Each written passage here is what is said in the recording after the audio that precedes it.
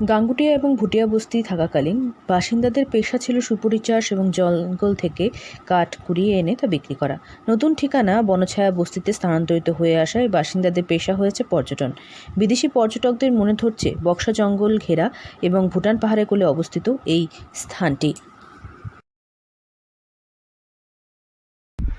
নিশ্চয়ই আমাদের যেমন গাঙ্গুটিয়া যখন ছিলাম তখন ওখানতেও রোজগারের ছিল, ভালোই ব্যবস্থা ছিল, পশুপালন ছিল, সুপারি ছিল, আর খেতি এটাও হতো।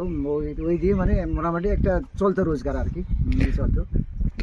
এখানে আসার পর এখানে একটু কাজের ব্যবস্থা নাই, রোজগারের ব্যবস্থা নাই, তাই আমরা সরকারি যে ইয়ে ছিল হিসাবে আমরা যে হোমস্টে নিয়েছিলাম এটা আমাদের রেজিস্ট্রেশন হয়ে গেছে।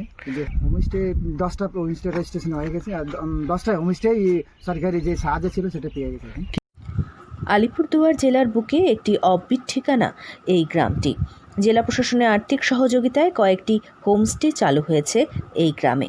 পর্যটকদের আনাগোনা সেখানে লক্ষ্য করা যাচ্ছে, তবে এলাকার বাসিন্দারা চাইছেন আরও প্রচার পাক এই এলাকায়। প্রায় 3 বছর আগে কালচিনি ব্লকের গাঙ্গুটিয়া এবং কুমারগ্রাম ব্লকের ভুটিয়া বনবস্তির 65টি পরিবারকে ভাটপাড়া চা বাগান সংলগ্ন সরকারি জমিতে পুনর্বাসন দেওয়া হয়।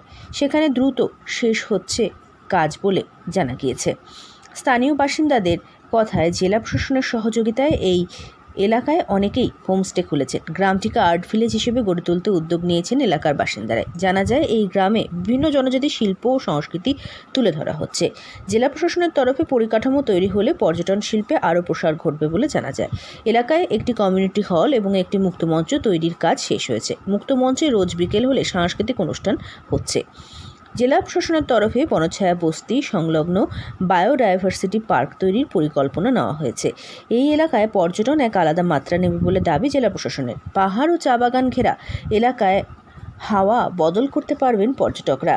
মণি সুব্বা নামের এক স্থানীয় বাসিন্দা জানান, এই এলাকার আরও প্রচার ঘটলে তাদের রুজি রুটি বৃদ্ধি পাবে। এই বনবস্তিতে 16টি হোমস্টে তৈরি হয়েছে প্রশাসনের সহযোগিতায়। জেলা প্রশাসনের তরফে 1 লক্ষ টাকা করে অনুদান দেওয়া হয়েছে।